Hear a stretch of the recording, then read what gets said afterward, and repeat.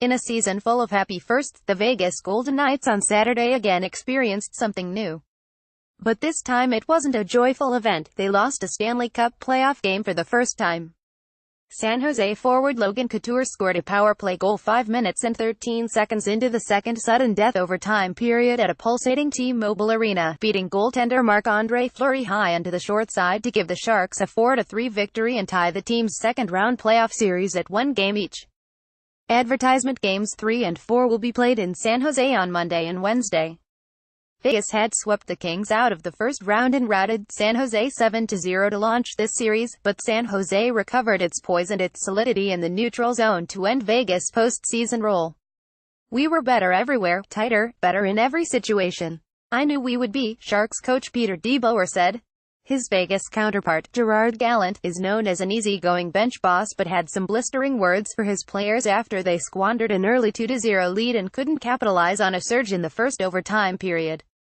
"They didn't show up for 45 minutes tonight," he said, adding that San Jose was the better team. "We didn't play our game. We weren't fast. We weren't quick. We were lethargic most of the night, and that's on us." He also wasn't happy with the power play imbalance. Vegas had 2, while the Sharks had 7, but was angrier about the needless high-sticking and hooking infractions committed by Shea Theodore and John Merrill, respectively, early in the second overtime. San Jose scored while Merrill was in the penalty box. "It's the 2 penalties in overtime that changed the game," Gallant said. Fleury made 43 saves and was helpless when Couture cleverly held on to the puck and rifled a shot just past the goalie's stick. In the first overtime, Fleury had made a point-blank stop on Barclay Goodrow after a giveaway by Theodore and then had the presence of mind to poke-check the puck away from Joe Pavelski as the San Jose center tried to go to his backhand. A little later, Fleury made a save on Timo Meier on which the puck popped up in the air and Fleury batted it with his stick and into his own glove.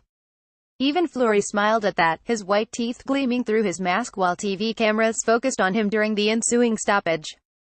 An apparent goal by Golden Knights forward Jonathan Marchessault at 16:58 of the first overtime was waved off after a review initiated by the NHL's Situation Room in Toronto determined Marchessault had made enough contact with San Jose goalie Martin Jones to prevent Jones from making the save. Vegas Golden Knights defenseman Nate Schmidt, 88, vies for the puck with San Jose Sharks left wing Mikkel Boedker, 89, during the second overtime of Game 2 of a second-round playoff series on Saturday. John Locker, Associated Press, that sparked a wave of social media debate about a rule that the NHL has been inconsistent in interpreting and enforcing, but the debate didn't change the no-goal call. The Sharks deserved credit for responding strongly after having been flattened Thursday. They stood a fortunate first goal by Vegas on Saturday, after a giveaway by Sharks defenseman Brent Burns, when a shot by Colin Miller caromed off the boards and came out to William Karlsson for a shot from a sharp angle at 17:59. Karlsson extended Vegas' lead to 2-0 during the first shift of the second period, capitalizing after an errant clearing pass by Sharks defenseman Marc-Edouard Vlasic. Yet, DeBoer wasn't worried. Advertisement, "We were down by 2 but our game was good," he said. The Sharks took advantage of a penalty on David Perron to cut Vegas' lead to 2-1 on a shot by Burns that deflected past Fleury at the 2-minute mark.